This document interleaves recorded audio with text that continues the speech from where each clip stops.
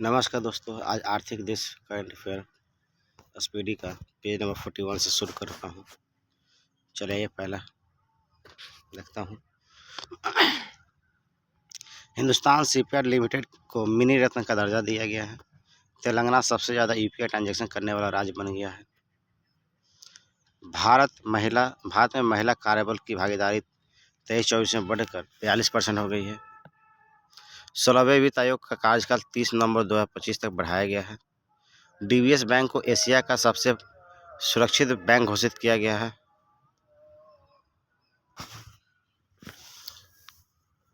RBI ने भुगतान नियामक बोर्ड की स्थापना की है। केदारनाथ रोपवे का प्रोजेक्ट अडानी ग्रुप को मिला है।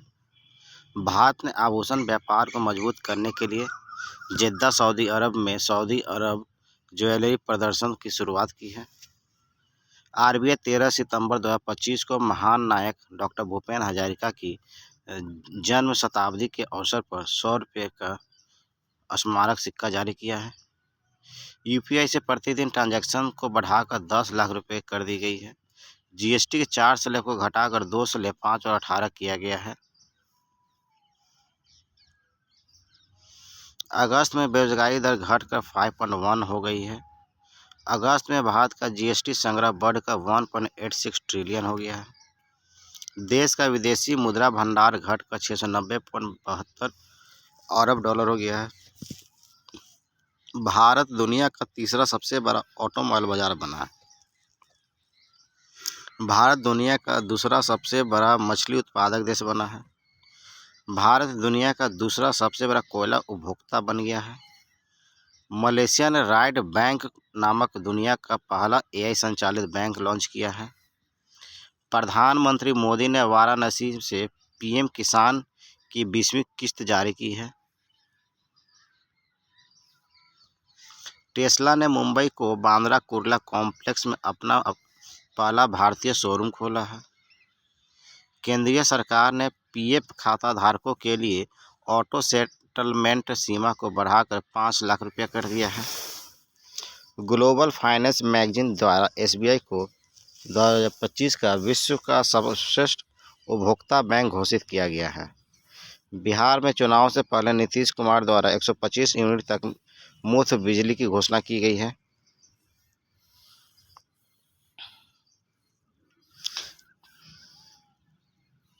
टाटा ग्रुप देश का सबसे वैल्यूएबल ब्रांड बन गया है। डूल्स भारत का पहली पेट फूड यूनिकॉर्न बनी है। केंद्र सरकार ने पीएफ खाता धारकों के लिए ऑटो सेटलमेंट को सीमा से बढ़ाकर 5 लाख कर दिया है।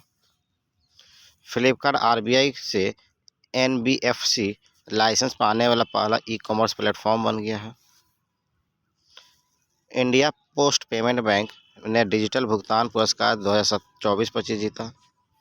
भारत जापान को पीछे छोड़ दुनिया की चौथी बड़ी अर्थव्यवस्था बनी है। सरकार ने स्टार्टअप के लिए ऋण गारंटी बढ़ाकर 20 करोड़ रुपए की है। नेक्स्ट है, भूटान क्रिप्टो भुगतान को पर्यटन में अपनाने वाला पहला देश बना है। भारत दुनिया का तीसरा सबसे बड़ा वाहन निर्माता बना। अप्रैल 2025 के दौरान सभी व्यक्तियों के लिए बेरोजगारी दर 5.1 रही, जबकि शहरी क्षेत्रों में यह दर 6.5% रही और ग्रामीण क्षेत्रों में 4.5 रही। रेजर पे ने डिजिटल भुगतान में क्रांति लाने के लिए turbo UPI plug in launch किया है। बैंक ऑफ महाराष्ट्र ने ट्रेन में भारत का पहला एटीएम लगाया। भारत विश्व का दूसरा सबसे बड़ा चाय निर्यातक बना है। शंघाई शहर एशिया के अरबपतियों की राजधानी बन गई है। जसपे 2025 में भारत की पहली यूनिकॉर्न कंपनी बनी। जेएसडब्ल्यू स्टील दुनिया की सबसे बड़ी स्टील कंपनी बनी है। 2000 रुपये से अधिक के यूपीआई लेन देन पर कोई जीएसटी नहीं लगेगा। अमेरिका चौथे साल में भारत का सबसे बड़ा व्यापारिक साझेदार बना।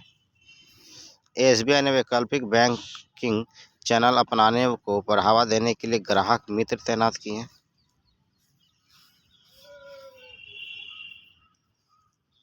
एसबीआई ने नई दरों के साथ अमृत वृष्टि एफडी योजना को पुनर्जीवित किया है।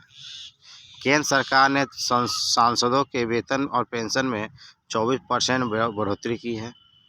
बैंक ऑफ बड़ौदा ने महिलाओं के लिए ग्लोबल वुमेन एनआरई और एनआरओ सेविंग्स अकाउंट लॉन्च किया है। डीएमआरसी ने ब्लू डॉट के साथ शहरी माल ढुलाई सेवा शुरू की है।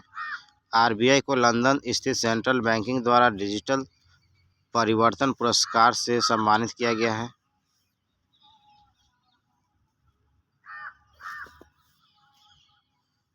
उन्नीसवीं वेल्थ रिपोर्ट 2025 के अनुसार भारत संयुक्त राज्य अमेरिका, चीन और जापान के बाद चौथा सबसे बड़ा वैश्विक धन केंद्र बन गया है। आईआरसीटीसी और आईआरएफसी 25वें और 26वें नवरत्न कंपनी बन गए हैं। बीमटेक ने डिजिटल करेंसी बीम कॉइन की शुरुआत की है। भारत 2027 तक उच्च आय वाला देश बनेगा। भारतीय रिजर्व बैंक ने आरबीआई डेटा ऐप लॉन्च किया है। एलआईसी ने वन मैन ऑफिस ऑनलाइन सेवा शुरू की है। आईडीएफसी फर्स्ट बैंक ने अमिताभ बच्चन का डिजिटल अवतार लॉन्च किया है। टाटा एआईए लाइफ इंश्योरेंस ने शुभ मुहूर्त नामक एक जीवन बीमा समाधान लॉन्च किया है।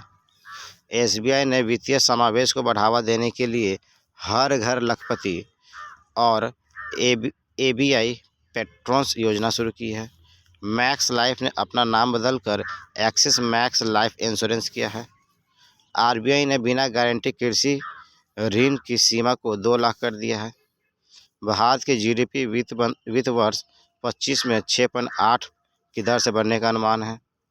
आरबीआई ने वित्तीय धोखाधड़ी के खिलाफ म्यूल हंटर एआई नामक एआई टूल का इस्तेमाल शुरू करेगा।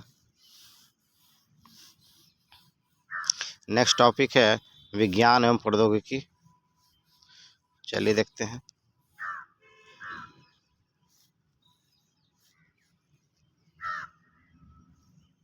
हाल ही में ओपन एआई नया ब्राउज़र एटलस लॉन्च किया है। भारत द्वारा अंटार्कटिका में बनाए जाने वाले चौथे अनुसंधान स्टेशन का नाम मैत्री-2 है। भारत ने आईआईटी मद्रास को संयुक्त राष्ट्र एआई उत्कृष्टता केंद्र के रूप में नामित किया है। आईआईएम अहमदाबाद का पहला वैश्विक परिसर दुबई में शुरू किया जाएगा। भारत की पहली स्वदेशी निर्मित चिप का नाम विक्रम है। इसे आईआईटी मद्रास के द्वारा विकसित किया गया है। गूगल ने अपने अगले पीढ़ी को AI image editing tool nano banana launch किया है। उत्तर प्रदेश का पहला हरित हाइड्रोजन प्लांट का उद्घाटन गोरखपुर में किया गया। स्वास्थ्य वैज्ञानिकों की अगली पीढ़ी को प्रेरित करने के लिए भारतीय चिकित्सा अनुसंधान परिषद आईसीएमआर ने शाइन नामक कार्यक्रम शुरू किया है। भारत का पहला ड्रोन एआई संचालित कृत्रिम वर्षा प्रयोग जयपुर में किया गया। भारत के पहले पशु स्टेम सेल बायो बैंक का उद्घाटन हैदराबाद में किया गया। भारत का पहला ISTEM Indian science technology and engineering facility map उत्प्रेरक केंद्र एनआईटी कालीकट बन गया। भारत का पहला एआई संचालित शिक्षण ऐप को आईआईटी पलक्कड़ ने लॉन्च किया है। भारत में दुनिया का सबसे दुर्लभ रक्त समूह CRIB को खोजा गया है। हैदराबाद की कंपनी अनंत टेक्नोलॉजी 2028 में भारत की पहली निजी सैटेलाइट इंटरनेट सेवा शुरू करेगी।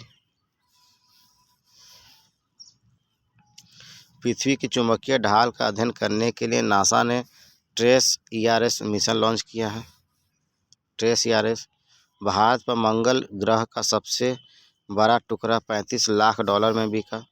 भारत की पहली क्वांटम कंप्यूटर वैली जनवरी 2026 तक अमरावती में लॉन्च होगी। देश का छठा सेमीकंडक्टर प्लांट उत्तर प्रदेश के जेवर में स्थापित किया जाएगा। भारत ने दुनिया की पहली जीनोम संपादित चावल की किस्में कमला और पूसा DST चावल 1 विकसित की है।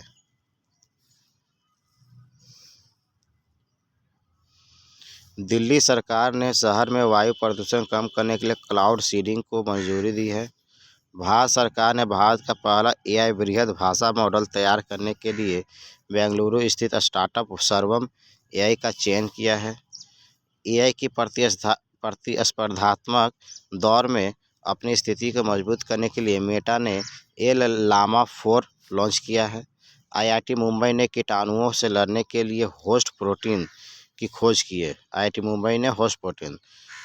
वैज्ञानिकों ने डायर उल्फ नामक एक प्राचीन भेड़िए की प्रजाति को फिर से जीवंत किया है। सीडॉट ने आईटी क्षेत्रों में नवाचार व स्वदेशी अनुसंधान को बढ़ावा देने के लिए समर्थ इनक्यूबेशन कार्यक्रम शुरू किया। गूगल ने जेम्मा 3 एआई मॉडल लॉन्च किया है। एलन मस्क की एआई कंपनी ने smart AI chatbot Grok 3 launch किया है। आईआईटी मद्रास ने भारतीय रेलवे के सहयोग से भारत का पहला हाइपरलूप परीक्षण टैंक लॉन्च किया है। नासा ने अपना एथेना चंद्र मिशन लॉन्च किया है। गूगल ने भारत में सबसे बड़ा ऑफिस कैंपस अनंत बेंगलुरु में खोला है। टाटा स्टील ने भारत की पहली हाइड्रोजन ट्रांसपोर्ट पाइप विकसित की है। रिलायंस इंडस्ट्रीज गुजरात के जामनगर में दुनिया का सबसे बड़ा डेटा सेंटर बनाएगी। चीन और अमेरिका के बाद भारत दुनिया का तीसरा सबसे बड़ा परिचालन मेट्रो रेल नेटवर्क वाला देश बन गया है। आईआईटी बॉम्बे के अंतरिक्ष तकनीक स्टार्टअप ने अपनी पहली हरित प्रणोदन प्रणाली VYOM-2U का परीक्षण किया है। केरल सरकार ने आपदा जोखिम प्रणाली कवचम का अनावरण किया है। ग्वालियर में अत्याधुनिक संपीड़ित बायोगैस के साथ भारत की पहली आधुनिक आत्मनिर्भर गौशाला का अनावरण किया गया। गुजरात सेमीकंडक्टर नीति लागू करने वाला भारत का पहला राज्य बना। एशिया की सबसे बड़ी इमेजिंग चेन को दूरबीन का उद्घाटन लद्दाख में किया गया। राष्ट्रीय सुपर कंप्यूटिंग मिशन के तहत स्वदेशी रूप से विकसित 3 परम रुद्र सुपर कंप्यूटर को पुणे, दिल्ली और कोलकाता में स्थापित किया गया। गोवा में भारत का पहला प्रदूषण नियंत्रण पोत समुद्र प्रताप जलावतरण किया गया। इसे गोवा शिपयार्ड लिमिटेड ने तैयार किया है। टोक्यो विश्वविद्यालय ने चिली में दुनिया की सबसे ऊंची वेधशाला अटकामा वेधशाला का उद्घाटन किया है। आईआईटी कानपुर के शोधार्थियों द्वारा देश की पहली वेलोसिटी एक्सपेंशन टनल टेस्ट सुविधा का सफल परीक्षण किया गया। अगरकर रिसर्च इंस्टीट्यूट पुणे के वैज्ञानिकों ने अल्जाइमर रोग के इलाज के लिए नए गैर विषाक्त अणु विकसित किए हैं। हाल ही में वियतनाम और कंबोडिया की यात्रा से लौटे केरल के 75 वर्षीय व्यक्ति में जीवाणु जनित रोग म्यूरिन टाइफस की पुष्टि हुई है। MoHFW ने डिजिटल वैक्सीन ट्रैकिंग के लिए यू-विन पोर्टल लॉन्च किया है। सेंट्रल रेलवे ने पश्चिमी घाट के इगतपुरी झील में 10 मेगावाट क्षमता का फ्लोटिंग प्लांट लगाया है। बजाज ने दुनिया की पहली सीएनजी बाइक फ्रीडम लॉन्च की है। आईआईटी गुवाहाटी ने अफ्रीकी स्वाइन फीवर वायरस प्रोटीन की खोज की है। फिनलैंड स्थित कंपनी वाटसिला ने दुनिया का पहला बड़ा पैमाने पर 100% हाइड्रोजन तैयार इंजन पावर लॉन्च किया है।